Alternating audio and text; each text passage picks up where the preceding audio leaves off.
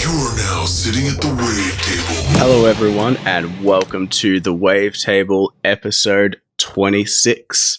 It's with great pleasure I bring to you our guest Alex today. How you going, man? And also, sorry, I don't know how to pronounce your last name. That is okay. It's Bochel. Okay. I never would have got that. No, it's funny. The last 3 podcasts I've been on, that's always the very first question I get asked. So you are not alone. So yeah, how you doing, man? What you been up to today? I'm doing well. A lot of family things this weekend. I had a release on Friday, and then my wife and I went up to a cabin that her parents own in Pennsylvania. So it's been nice to get away for the weekend. There's no phone signal, Wi-Fi, or anything up there. So it's great being able to just turn it off for a couple of days. Yeah, I've had a mate that's done that recently as well. Shout out to Drea. And I was curious, like, what's it like just being completely away from the outside world and technology? Like, how do you stay, like, not bored, I guess? It's interesting. It's weird because little things that would be boring in this home, like in normal society, are not boring when I'm out there in the middle of nowhere. Like I can go for a walk and dig up a pine tree on the side of the street and think, man, this is the life. Or just have coffee outside in the morning or make a fire. And it's like, because I'm so disconnected, those little simple things just are so much more fun. So it's just a weird change, like a whole shift in my mindset. Yeah, so like because you're so disconnected, you're actually more connected to what's real, like the real world. Yes, it's kind of like a reset. So then when I come back to the real world, I can remember what it's like to be disconnected and try to keep myself more sane while I'm here. Yeah, it does get like pretty tough. I know a lot of people get caught up in this whole social media loop and just caring too much what other people think online. Yeah. Do you have any remedies for that? Anything that you do? Oh God, I think as I've preached many times in the past, my remedy for that would just be watch Gary V and just take from him just his energy of not giving a fuck what other people think. Oh my gosh. He's great. I could watch him for hours. Does he have any specific pieces of advice that you tend to cling to the most? Oh God. It's actually been a while since I've watched him, but like I feel like I just hold on to the essence and like it's kind of just instilled in me at this point. But yeah, I definitely recommend watching his like daily Tea with Gary V videos.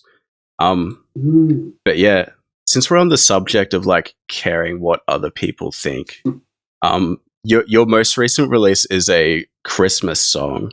And I know a lot of people are like, nah, I'll never do a Christmas song. That's like selling out, right? So was there any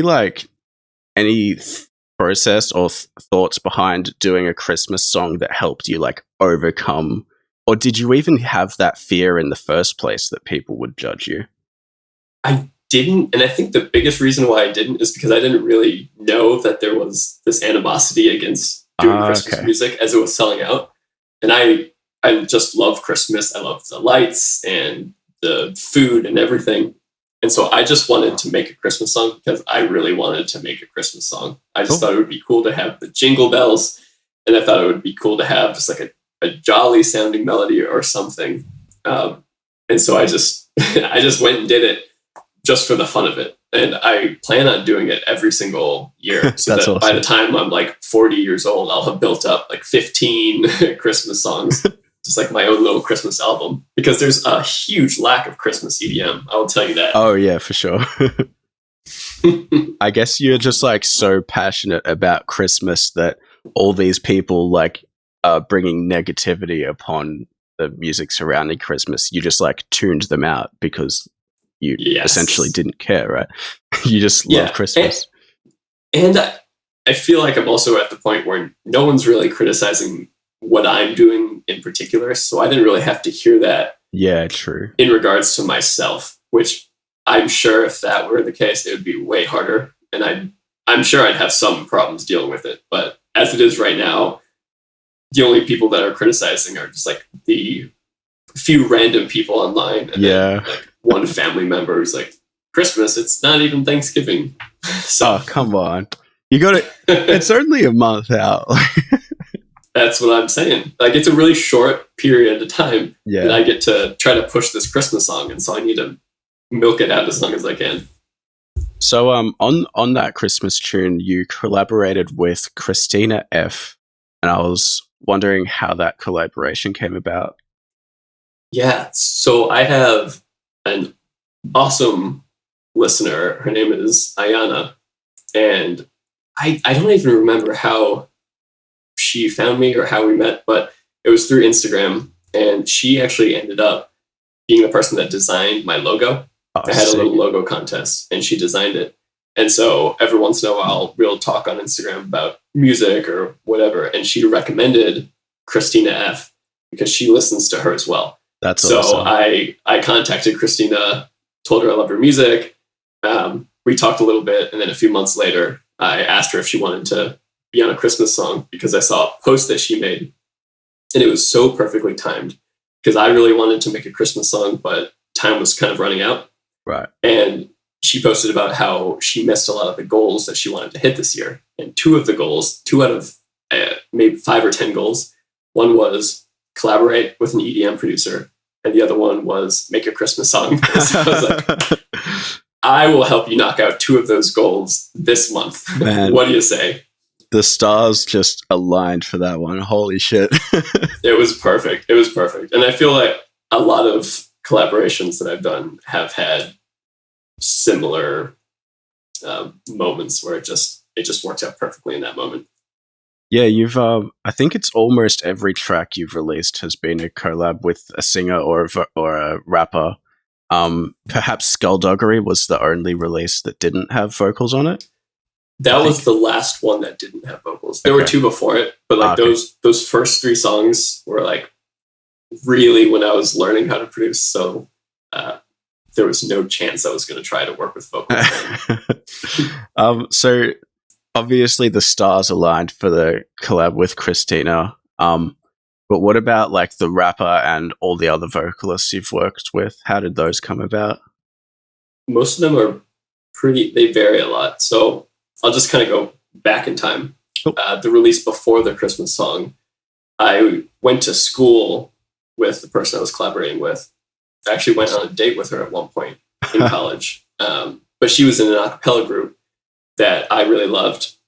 And so whenever I posted on my social media, I said, I need a singer for this song. And she was one of the people that contacted me to throw her name into the ring. And if I have the chance to work with someone that I knew already, or that has friends like at my college, because I want people there to listen to my music, then I'm almost always going to go with that person. So that's how we collaborated.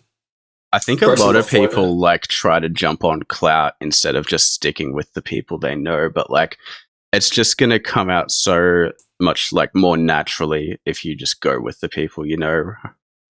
I totally agree. It's way easier to go through the process, all the process, like the business process with them, the creative process, just knowing who they are and knowing that they're from like a similar place that you are. It just, every time I do that, it works. It's worked so much better. And so the person before that, do you know, if you do music, then you may have heard of Adam Ivy? Oh, yes. Yes, I love Adam Ivy. Yes. He's like the Gary Vee of music. Yeah. So I met Jennifer, the person I worked with for Chaos for the Fly. And she is one of his students. And I'm also one of his students. And so we connected there. I found one of her songs first. It is amazing. It's called Blue. So if anyone listening wants to hear Blue by Jennifer Jess, it's incredible. And I fell in love with that song. Asked her if she wanted to do a collaboration after we talked about her music for a while. Before that, the rapper, that one was the most random of all of them. I just posted on Facebook. I was like, looking for a rapper for this song. Here it is. And he was the first person that messaged me. And I didn't even really listen to his music first. I was just like, yep, sounds good. And he sent me his vocals and I liked him a lot. So like we didn't really collaborate that much. Like I just asked him if he wanted to work on it. He sent me the vocals. It worked. That's awesome. History. Person before that, similar deal with, she was from Virginia Tech. So I knew her through an a cappella group there through my college. And the person before that, also a cappella group at my college. She's the person I did the remix for.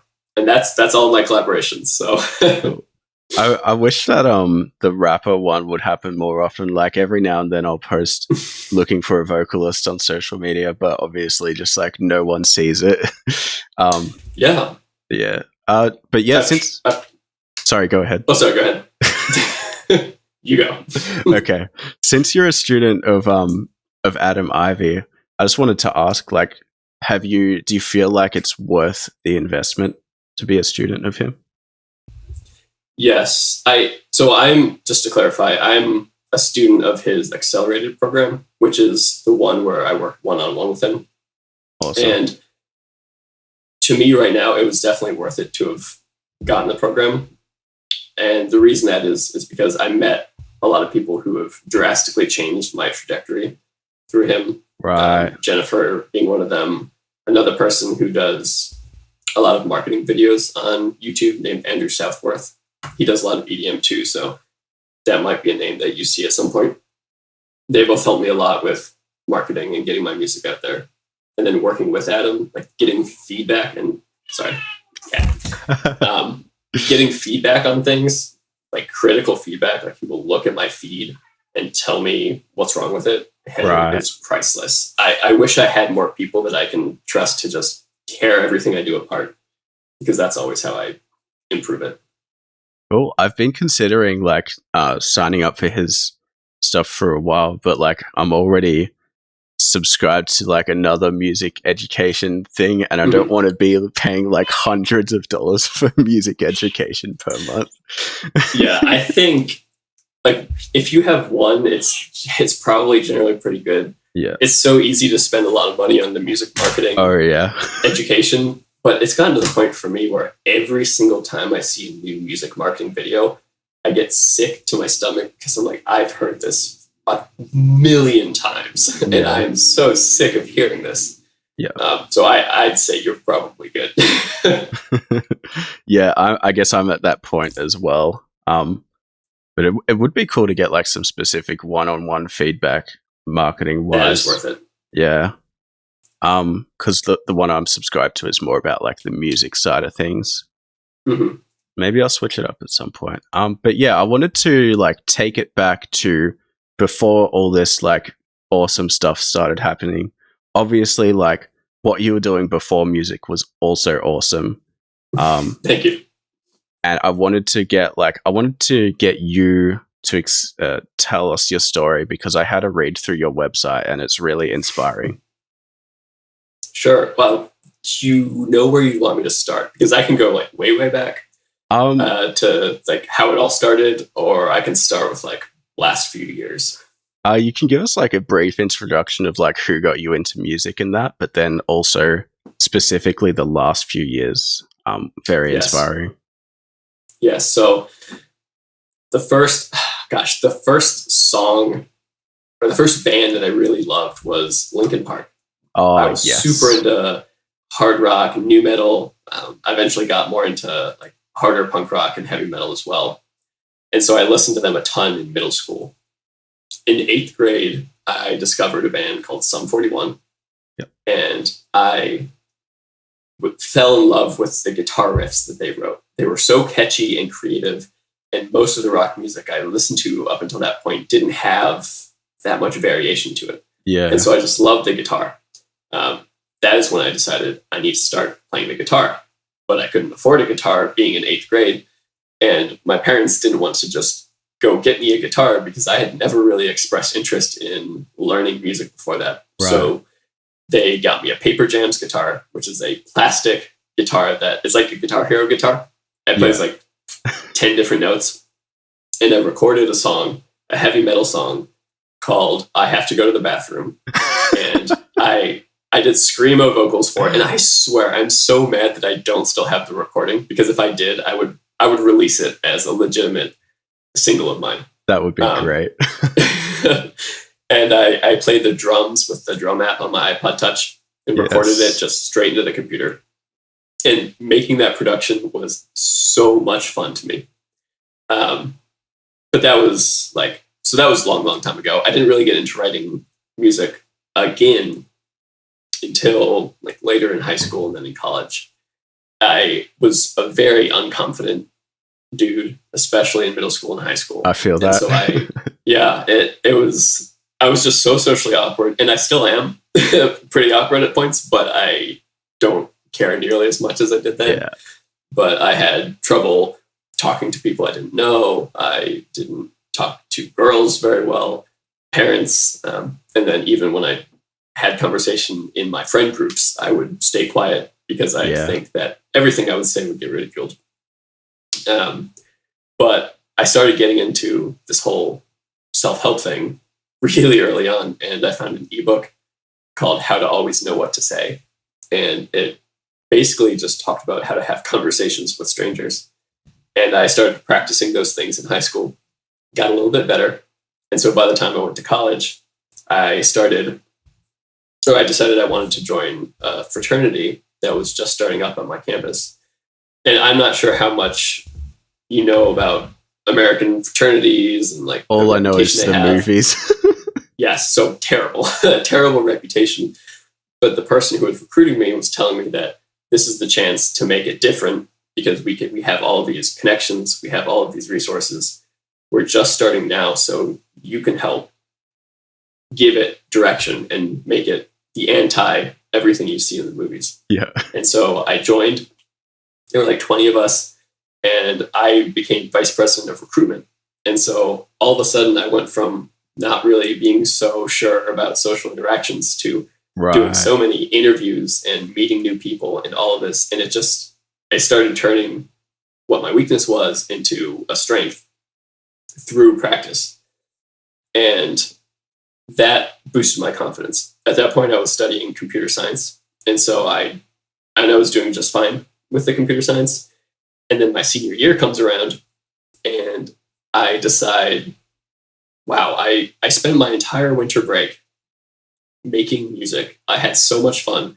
I put so much energy into it. I basically spent every hour of the day doing it, but I could never do that with programming. And I could never strive to be the best programmer in the world because I just don't care that much. But if I put hard work behind music over the years, I have to make it at least enough so that I don't starve to death. And so I decided then to do it. That next year, I had a job with the fraternity that I was talking about in college, like a full-time job where I traveled living out of my car. I didn't stay in one spot for more than 3 days usually. I slept on couches of these different fraternity houses. I didn't have my own space to live. Basically all my stuff would freeze overnight because I was up in Vermont and Maine, which is the coldest part of the United States pretty much, other than Alaska. And through that, it just kind of compounded like that confidence because it's such a weird thing walking into a room with 100 frat dudes in college who don't believe what you're trying to teach them, and you're trying to you spread a better fraternity and try to convince them otherwise. Like doing that is so awkward and weird, but I just did it enough that it became like second nature. And so it's funny because that whole story, it barely revolves around the music. Yeah. But the music, the creative part, that was always kind of something I wanted. And so I didn't really even start learning how to produce EDM until almost 2 years ago. So I'm still like pretty new to the game and all of this, but I knew like after that job ended, I'm just going to do it full time. I shouldn't be financially, definitely not, especially whenever I actually did start, but I can figure it out. And that I will figure it out attitude is why I am here right now. Hell yeah, man. See, I don't know. That's just like so inspiring to me. Just like, because you could have taken the easy path, but the easy path is really the hard path because you're doing something that you don't want to do. Like that. Yeah. What you're doing right now, it's hard, but like it's the right thing. and I urge other people out there to like, as long as you're not going to become homeless, fucking do it. That if I could put that up on a quote and like stick it to my wall, I would definitely do that. And you're right, it's taking the easy path is harder. Or sorry, how did you phrase that? I don't want to. I think like taking the easy path is harder in the long run because like you regret it, right? But like exactly what you're doing now, it's hard for now, but it's like the right path. It doesn't necessarily become easy, but it's the right path. Yes, exactly. And choosing to do it right now is so difficult, and it's weird how difficult it is. But once you make the decision, especially if you close the other doors, it just becomes like, oh, so fulfilling. Like, this is the life that I need, and I'm living it right now, and I'm happy right now, and I want more success, but I'm happy right now, and that's exactly so important. Like, dude, hell, I haven't made it. I'm not like a staple of the dubstep scene or anything. I don't have much money, but like every day when I'm doing this shit, I'm just like, there's nothing else that I would rather be doing, you know? Exactly. And I don't know if you've talked about that much on the podcast. Maybe every single person you have on asks you, but how did you come to the decision to like make this what you want to do? So basically like, I was trying to do university to like figure out what I would do in life. Like I went through a bunch of different courses, but the only one I ever actually finished was a Bachelor of Audio, specializing in post-production. But then, you know, I've kind of like I learned stuff from that can apply to music and social media and content creation and all that. But at the end of that, I kind of figured out that I just don't like working on other people's projects unless it's something that I'm very passionate about. But you can't afford to pick and choose which projects you work on and still make a living. Yes, I found that to be difficult as well. Like I love working on my thing, but working with other people on their thing is so much work without the same fulfillment. Yeah. It's so hard. Exactly. Like the fulfillment is replaced with money, and this is like whatever. Yep. So I don't know what the weather is like for you right now, but over here it's pretty much summertime, except for the fact that I got rained on today. But yeah, your music is great for summertime. Like it just has like those happy, positive vibes. So like, who are some of your main influences with this style of music? The number one is Alan Walker, because he is the reason I got into EDM production. I like heard him fall in my junior year. I had never listened to EDM before. And then by the next year, I was like, I'm going to do this for a living. So I'd say he's number one. But a lot of the music I listened to beforehand was folk music and solo piano. And so I take a lot of what I liked about folk music and then the punk rock that I really loved, the really uppity punk rock. And that in combination with Alan Walker and some other EDM artists as well, like Vice Tone. I listened to them a ton. I listened to this one named Kamikaze. I don't know if anyone really knows him. He doesn't have that many listeners, but his music's incredible.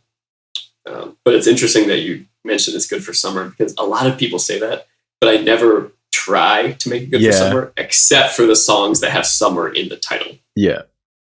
I think it's just like, I don't know, it's just a kind of association thing with that genre. It's just like so upbeat and happy, you know, it doesn't really go well with the sad winter vibes. So I guess people just associate it with summer. Yes, that makes a lot of sense. So yeah, Alan Walker, I definitely got that from your first song on Spotify. Just abusing that Alan Walker preset. Dude, 100%. That's all. That song was made when I first, the first song, To the River Otter. Is that the one you're thinking of? Or no? I'm not sure. Because that first one, To the River Otter, I made that after downloading the Alan Walker sample pack that some guy on YouTube made. So it is 100% his sounds, and I didn't really change them at all. It's still a good way to learn though, and like put your own spin on it. Yes. And you definitely do put your own spin because your melodies are like catchy as fuck. And I'm assuming that comes from like the folk and solo piano background, just like the intricacy of that would allow you to create more catchy melodies in EDM. Yes. And first of all, thank you. That's okay. Like the melody is the number one thing that I want to be good. Like if nothing else, if my song has a good melody, then I'm really happy with it. So for sure. I do play the piano, and so a lot of the melodies are like just me messing around on the piano, and that helps me to make more complex ones than just putting notes on the piano roll. But I still put notes on the piano roll most of the time. Yeah, I guess just a quick side note, like a catchy melody is great for like getting the average listener into your music, because you know, an average listener doesn't really care about having a great mix. Like, you can put a song out and it's literally just someone whistling a melody. It can be completely unmixed and it'll still get stuck in someone's head. So, yeah, you're absolutely right. And I need to remember that and remind myself of that all the time, because I'm sure you do this too. I haven't met a producer that doesn't do this, but you just tear your song apart. Like, you'll be listening to it and just find all the things wrong with it and be down on yourself, but then no one else is going to hear that whatsoever. They're like, it sounds great, sounds so professional. Like you didn't hear that like weird throat sound that just happened there that you didn't edit out, or like you didn't think that the snare was too far to the left. Like, oh my gosh. I don't know how we as producers overcome that. Yeah, I guess it's just like a matter of just learning to like live with it and just kind of, you know, see past it, like kind of try to ignore that that part in yourself, I guess. Yeah, it's a loud part. So have you got like any tips for people who want to improve the catchiness of their melodies, perhaps people who haven't got experience playing piano and that? Yes. So most of the songs that I have, the melody that I wrote is like the fifth or sixth version of that melody that I make. One of the things that I do to just make a lot of songs is make a new song every week in one sitting, just like 7 hours, start to finish. It's not going to be well mixed. Like your ears are going to be so fatigued that all sorts of things are going to be really screwed up. But it gets you to like create a canvas. And then I'll like take the melody once. I think it was good enough where I just left it, but I'll just take all the melody out and then just listen to the chords and the bass line and just make a melody and then stop and then go make another melody. And I just do it until one of them makes me want to stand off of my chair and dance. And when I get to the point where I'm like dancing around the room to something I made, that's when I know, like, okay, this is it. We're going to move forward with this. But I don't do it until I'm like so happy about it that I'm dancing to it. Right. So yeah, that's kind of like, I guess it's a process of curation. Like, yes, you are creating the melodies, but you're not trying to make this one melody into this perfect thing. You're just like throwing ideas at the wall until something sticks, essentially. Yeah, and it feels good because I'm like getting all of the whatever's inside of me that makes me want to be creative out. Yeah. And so if I can do that, then I can have more fun with it because I'm not being so hard on myself about fixing this one perfect melody. It's like, no, I'm going to enjoy it. I'm going to make a bunch and it's going to be fun. I think a lot of people have this idea. I don't, maybe it's just me, but I feel like a lot of people have it, where you think that the first melody you write in like each day is going to be the most creative melody that you write that day. And so they hold on to it. But like, it's simply not true. You just need to like get all of the creativity out, right? Yeah, exactly. And I fall into that too. There's plenty of things where like I wrote a song.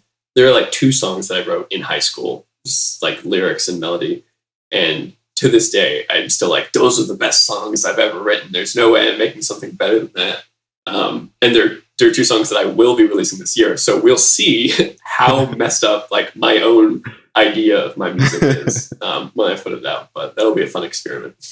I feel like artists often have like drastically different views of their own music than what the listeners have. Like I'll see so many people posting on whips on social media, and they're like, "Yo, I created this track today, but it's not that great. I think I'm just gonna delete it." And then like all the comments are just like, "Are you fucking kidding me? Like you need to put this out right now." Like, we hate you for thinking that sucks. Exactly. Like, the amount of like talented people that I see like posting whips on social media and not being proud of them.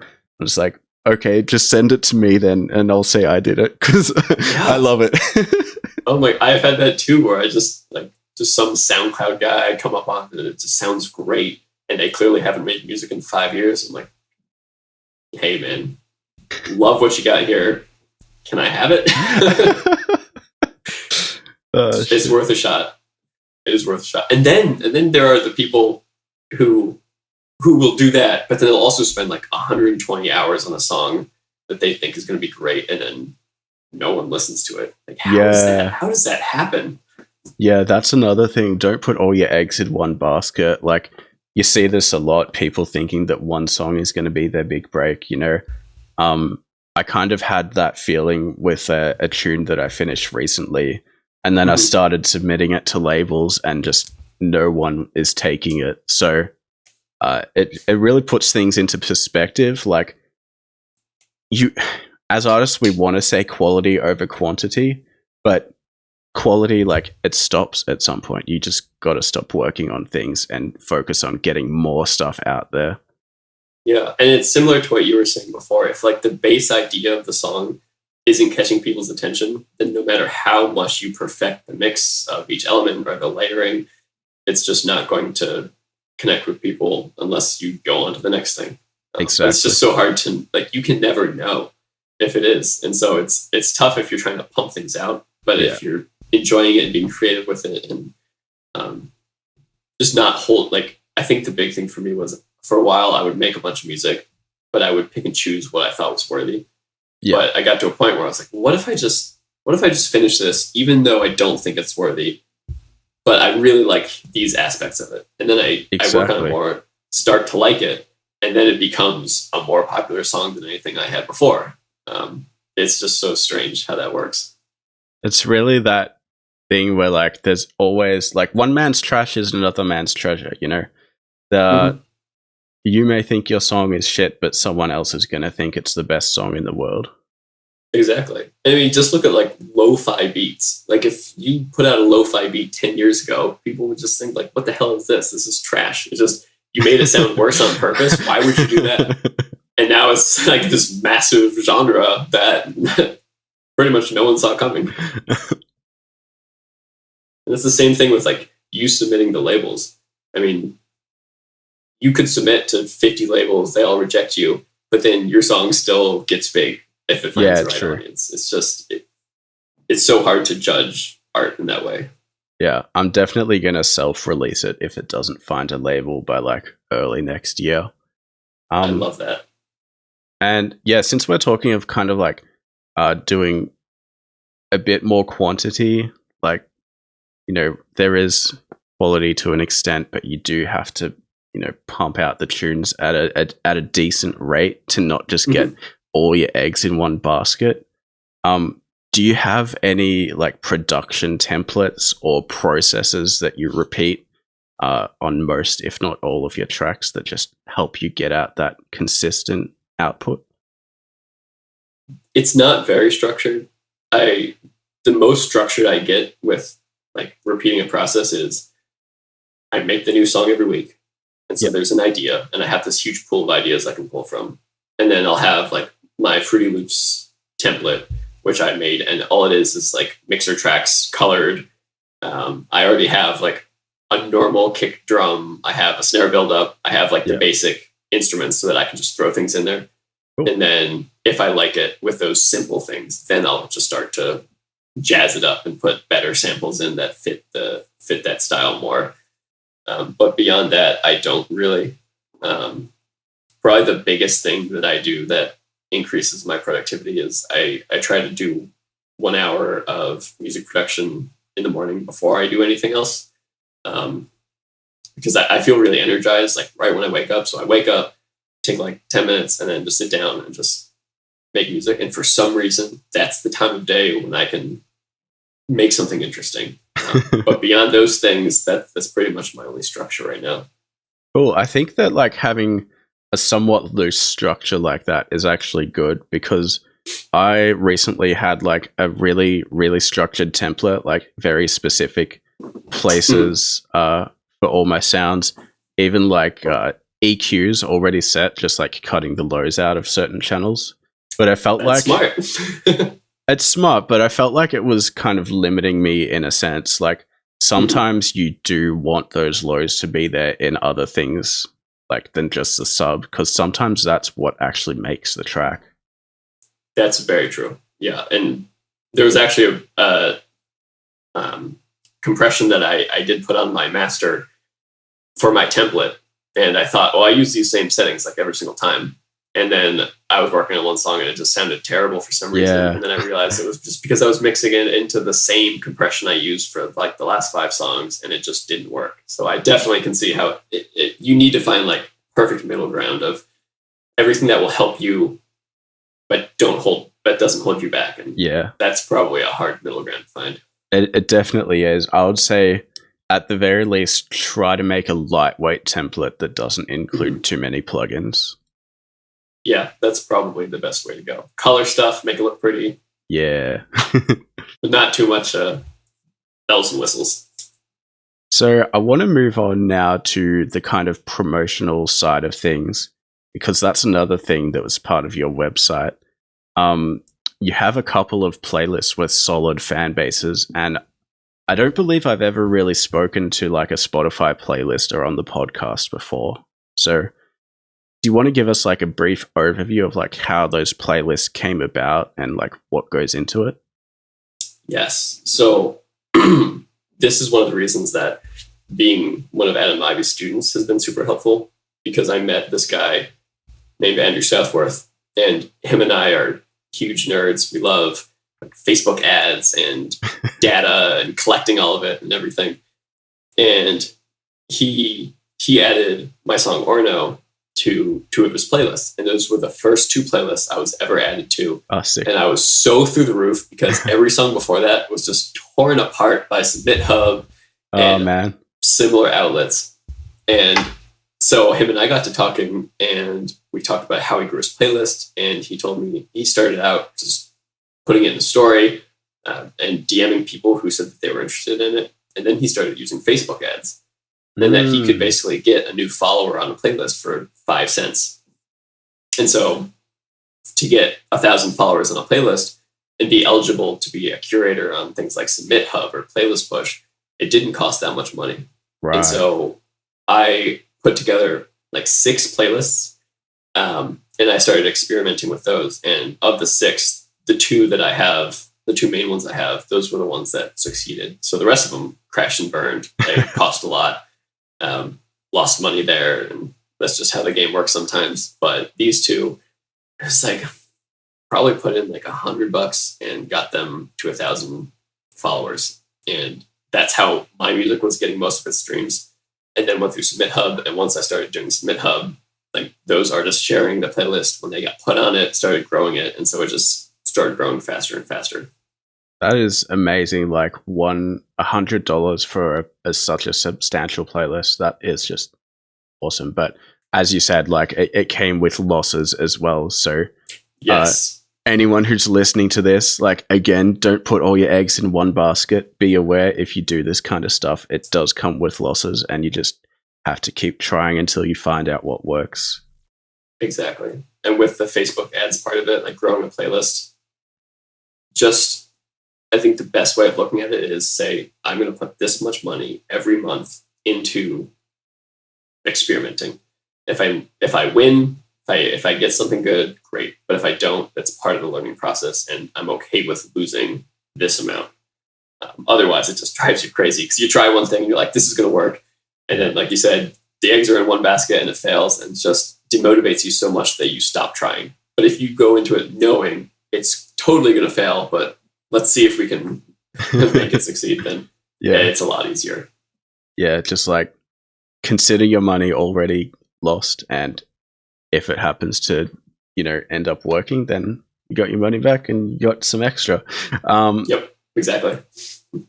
So since you brought up Submit Hub, I wanted to quickly draw attention to that as well, because I think a lot of artists can gain value from it and they don't really know about it or necessarily know what it is. So you being a curator on Submit Hub, you can probably explain it a little better than I can.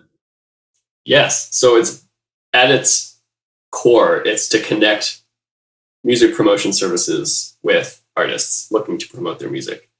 And it was created because the founder owned a blog and he was tired of going through emails to find new music from people. Yeah. And so he just created a platform that would make the connection between the promoter and the artist a lot easier. And so you basically go on there, you look through a bunch of blogs or Spotify playlist curators or YouTube playlist curators. Now they have influencers, so you can look through Instagram and TikTok influencers. Basically send them your song and they can listen to it. They listen to it for 5 seconds if you just want to submit it for free, or at least 20 seconds if you want to pay for submitting. And the success rate's pretty dang low. Yeah. But if you put in the work and research the people that you're submitting to and make sure you're submitting to the right playlist, it can be a lot more helpful. Yeah, and the cool thing that I liked about Submit Hub is if you don't get accepted, you actually get your credits back.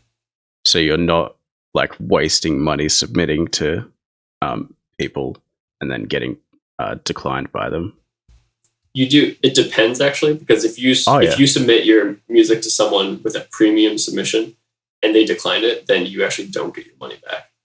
Oh, I could swear I got all my credits back when I was doing Change of Heart EP, but if they don't reply in a certain period of time, then you do get your credit. So they'll still listen to it and give you a decision, but they also won't get any payment for it. I'm not really sure how the free ones work, but for the premium ones, like I'll still get paid like 50 cents for listening to a song that I deny. And that's pretty cool. So yeah, having like 1,000 people have 1,000 follower playlist on Spotify, was that pretty much just like the path into Submit Hub, or was there other stuff that you had to do?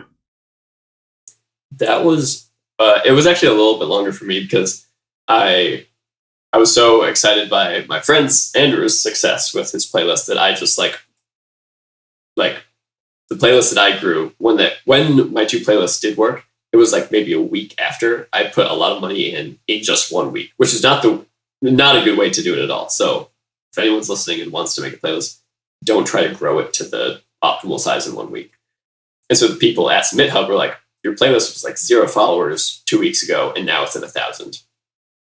That looks pretty sketchy. Yeah. And so I had to send them pictures of all of my Facebook ads, and all of everything to show that it wasn't bots on my playlists. And they ended up still denying it. So then a month and a half later, I reapplied, showed them the steady growth, showed them again all of the Facebook ads, showed them like my demographic for my listeners, because that's where my music was getting the vast majority of its plays with my own playlist. Show them where the cities are. None of them were like bot traffic cities or anything like that, and everything looked normal. So they accepted me, but it was pretty straightforward. You put in an application. It's got a couple questions. Took 15 minutes maybe to do the actual application, not the whole taking pictures of the ads. Awesome. So your site also states that you help artists with like setting up Facebook ads for just getting their music out there, right? Yes. So even though I'm a curator on Submit Hub, I don't think it's the best way to promote your music. Yeah. I'm a huge proponent of Facebook ads that send people to your artist profile.